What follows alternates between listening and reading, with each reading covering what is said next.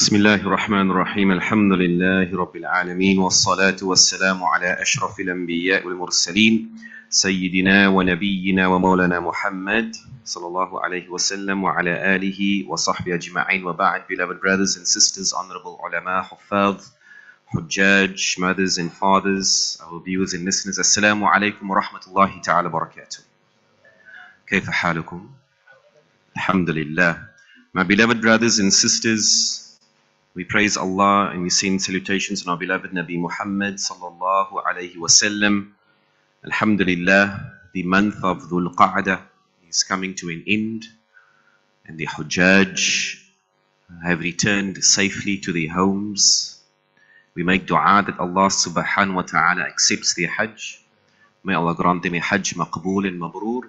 May Allah forgive the sins of all the Hujjaj, those who performed their Hajj this year, and all those who have performed their Hajj previously. My beloved brothers and sisters, as the month of Dhul Qa'dah comes to an end, in about a week from now, inshallah, we enter the blessed month of Muharram.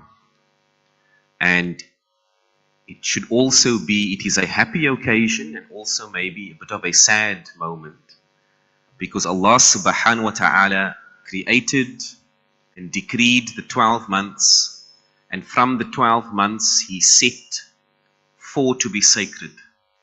Allah subhanahu wa ta'ala set 4 of those 12 months to be sacred, and Allah states, Minha arba'atun hurum, that from those 12 months there are 4 that are sacred. And 3 of the sacred months run consecutively after each other. Dhul Qa'dah, Dhul Hijjah is coming to an end. I've been saying Dhul Qa'dah, no one corrected me. Hey, we must be either hungry or tired. Hey, subhanallah. Dhul Hijjah is coming to an end. And the 3 months that run consecutively are Dhul Qa'dah, Dhul Hijjah and Muharram. And Allah subhanahu wa ta'ala grouped them in such a manner because Dhul Qa'dah is a sacred month. We reflect on ourselves and we reflect on what the Ummah is about to go through. Dhul Hijjah. And Dhul Hijjah is decreed as a sacred month because Allah honors a few million each year to undertake the Hajj, and the entire Ummah must observe that solace, that peace, that tranquility in support and with, in solidarity with the Hujjaj. And then once the Hujjaj return, we get our 3rd month of sanctity, Muharram, which is also the beginning of the Islamic year. It is the start of the Islamic year. And how beautiful is it that Allah says that the start of the Islamic year is also sacred. And the basic teaching that I want to share with everyone and remind myself of this evening is the importance of welcoming Muharram appropriately. Now, mashallah, in our communities, there are various traditions for Muharram. Some camp, in different cities. Some have various practices. Some families have practices. But from the Sunnah, what is the practice of the Ummah? What should our practices be for the month of Muharram? And the month of Muharram must contain 3 actions, inshallah. 3 things. It contains 3 things. The first is that it is a month in which fasting is given priority. Our beloved Rasul sallallahu alayhi wasallam said to us, أفضل الصيام بعد رمضان شهر الله المحرم. This particular hadith in Sahih Muslim gives us 2 important teachings. The first, that fasting is recommended in this month. That after Ramadan, in the month of Muharram, one should fast. And the second is we find that our beloved Rasul sallallahu alaihi wasallam calls out and names Muharram Shahrullah, the month of Allah. Do you know how powerful that is? For our beloved Rasul sallallahu alaihi wasallam to say that the month of Muharram is the month of Allah, because it is very dear to Allah, and the actions of the believers are great in reward in the month of Muharram. So the first action that must take place is fasting. The second, and I'll talk about this next week, is Ashura, the day of Ashura in the month of Muharram. And the third is the act of charity in this month of Muharram.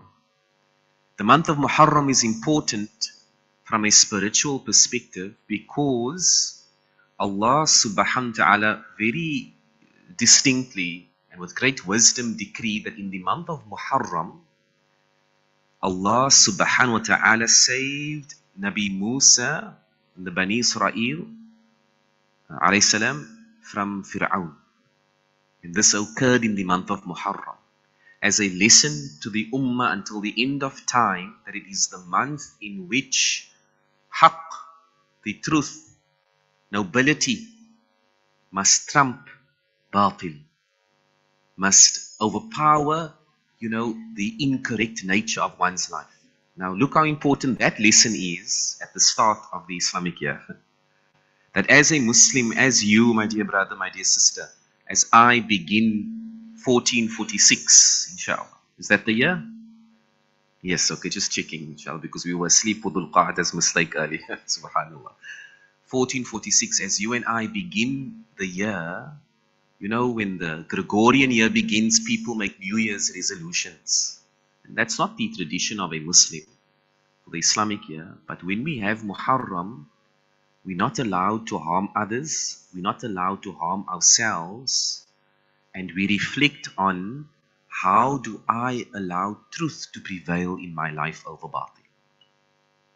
Sometimes we face moments, my dear brother, my dear sister, where we know something is right, but we still do the opposite, and we just go through it every day. I know it's the right thing to do, okay, but I'm choosing, I give in to my nafs. And so the month of Muharram, as the lesson was taught to us by Allah subhanahu wa ta'ala directly, with Nabi Musa alayhi salam being given power, that he stood up for what was right, and Allah freed him and the Bani Israel from Fir'aun, as a lesson to the Ummah. And that is actually one of the main reasons why Muharram has the sanctity, that the Ummah must learn that you champion the Batil, those things which hold you down. So it's not a New Year resolution. It is that, inshallah, in this month of Muharram, with Allah's assistance, I will conquer the Batil in my life. And I will stand up for the Haqq. And we do it through obedience to Allah, through worshipping Allah, through fasting, through charity, many good deeds, inshallah. May Allah permit that every single one of us get to enter Muharram. May Allah permit khair and barakah in all of our lives, and our families, and our businesses, our work, our children. May Allah shower us with barakah. Ameen. May we have a beautiful week, inshallah. Fi amanillah. Wassalamu alaikum wa rahmatullahi ta'ala wa barakatuh.